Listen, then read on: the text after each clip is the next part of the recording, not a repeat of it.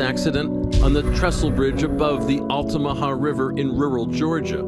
There was a silence as scary as what had come before. At first, it was like a quiet, like people were in shock. I remember hearing somebody say, "Oh my gosh, she's dead." Great. The horrifying news that 27-year-old camera assistant Sarah Jones had been killed by a train on the set of the film Midnight Rider reached her good friends on the Vampire Diaries just a few hours after it happened. And I got the call. We just sat in the car going to set, and it was just pure shock.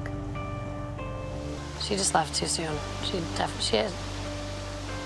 would have been,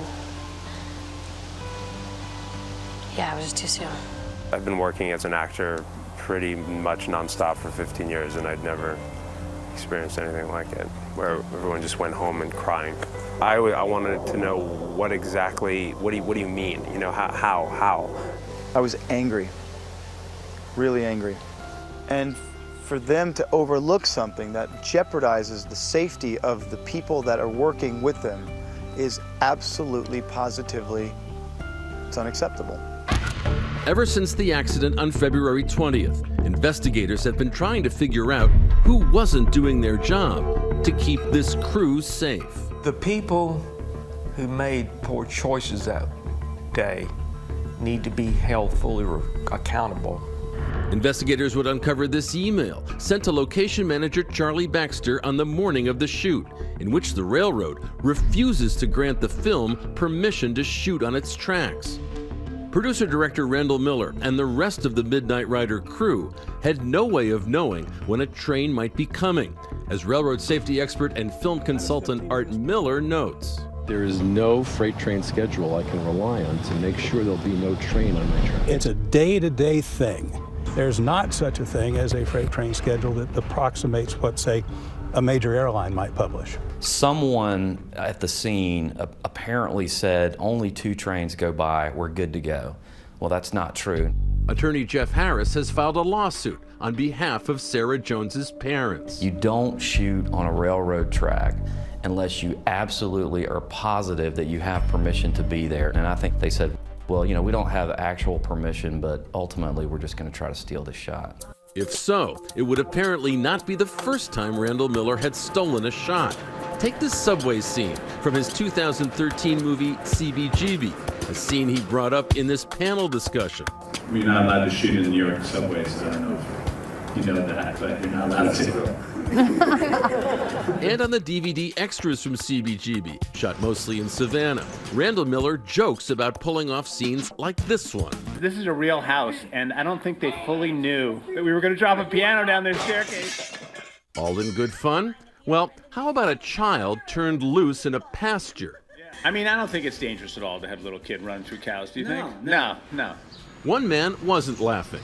Jay Self, then the head of the Savannah Film Commission. We had more complaints about the activities of this film than we did in any previous entire year. Self, who would be removed from his post after CBG left town by the Chamber of Commerce, says that a stop sign was removed by the production, another painted over.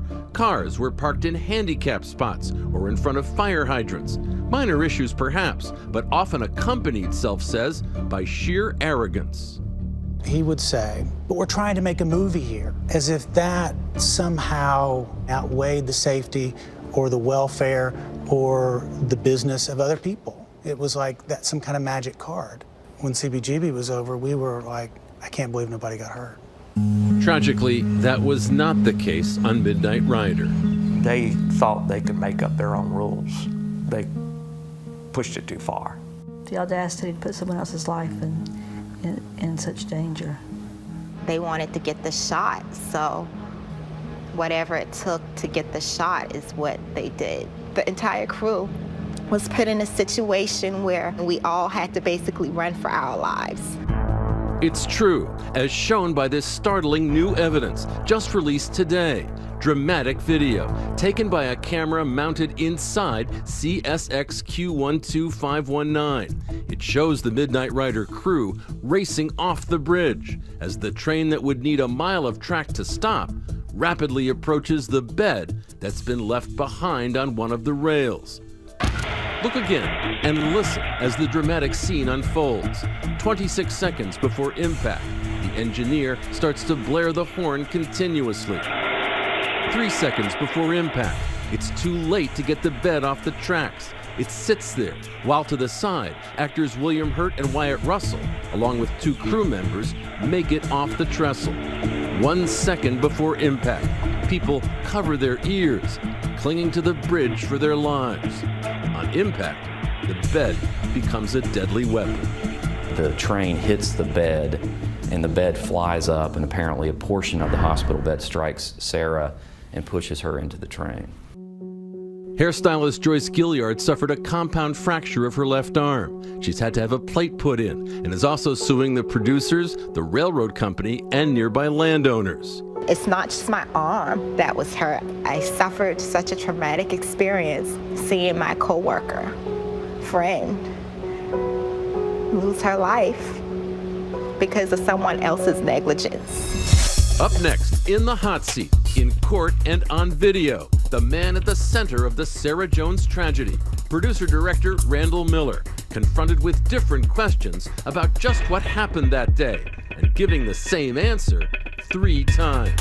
Unfortunately, that's not my job. You know where anybody was down that track before that train accident occurred? Again, it's not my job. You didn't ask CSX how many trains were coming down that trestle, did you? Again, that's